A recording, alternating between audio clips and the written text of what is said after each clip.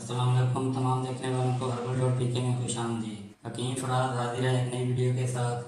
दोस्तों, आज की वीडियो बहुत ही अहम है उन अफराद के लिए जो अफराद डायबिटीज़ यानी शुगर के मर्ज़ में मुब्तला हैं। वीडियो में आगे बढ़ने से पहले अगर आप मेरे चैनल को पहली बार देख रहे हैं तो चैनल को सब्सक्राइब कर लें और घंटी के बटन पर भी क्लिक कर दें ताकि आपको मेरी इसी तरह की अच्छी अच्छी वीडियो देखने को मिलती रहें। और वीडियो पसंद आने पर वीडियो को लाइक भी और शेयर भी कर दें।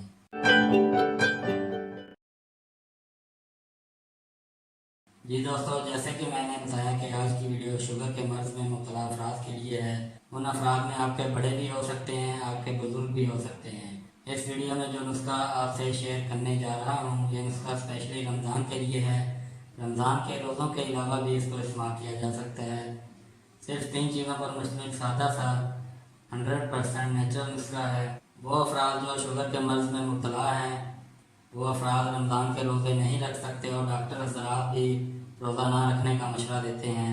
ऐसी सूरत में वो अफराद अगर रोज़ा रखना चाहते हैं तो सहरी के साथ इस नुस्खा को इस्तेमाल कर लें तो सारा दिन बहुत आराम से गुजर जाएगा और तमाम के तमाम रोज़े आसानी से रखे जा सकेंगे। इस नुस्खा के इस्तेमाल से sugar level, blood pressure level control में रहता है, मैदा की हरारत को अतदाल पर लाता है, कोलेस्ट्रॉल लेवल को कम करता है जो कि शुगर के मरीज़ के लिए बहुत ख़तरनाक है, पाँव में होने वाली जलन को कंट्रोल करता है, सुबह सहरी से लेकर अफ्तारी तक जिस्म को चाको चौबंद रखता है जिसकी वजह से आप सारा दिन अल्लाह की इबादत में मशगूल रहते हैं। इसी तरह समझ लें कि इंसानी जिस्म का जो मिजाज है उस मिजाज को इत्तदाल पर ले आता है ये नुस्खा।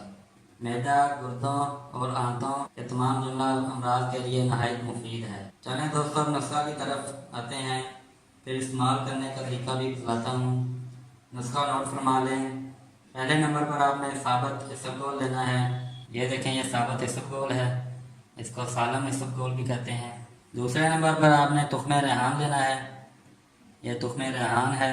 और आखिरी चीज़ जो तीसरे नंबर पर है वो साबूदाना। ये देखें, ये साबूदाना है, इसको साबूदाना भी कहते हैं, ये आपने लेना है।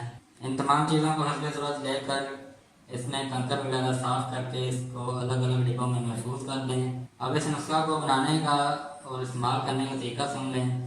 रोज़ाना सहरी से 1 घंटा पहले एक छोटा चम्मच चाय वाला इन तीनों अज़ा का आपने 1 कप पानी में डालकर मिक्स करके रख देना है।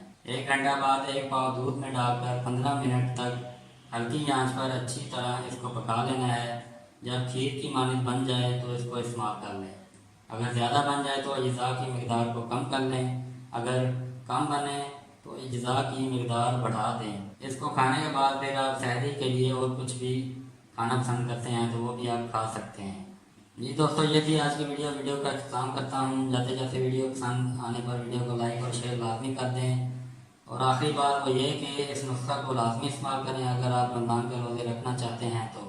अगर आप शुगर के मरीज़ हैं तो इंशाल्लाह इस नुस्खा को इस्तेमाल करके मुझे दुआओं में याद रखेंगे। अगली वीडियो तक इजाज़त दें।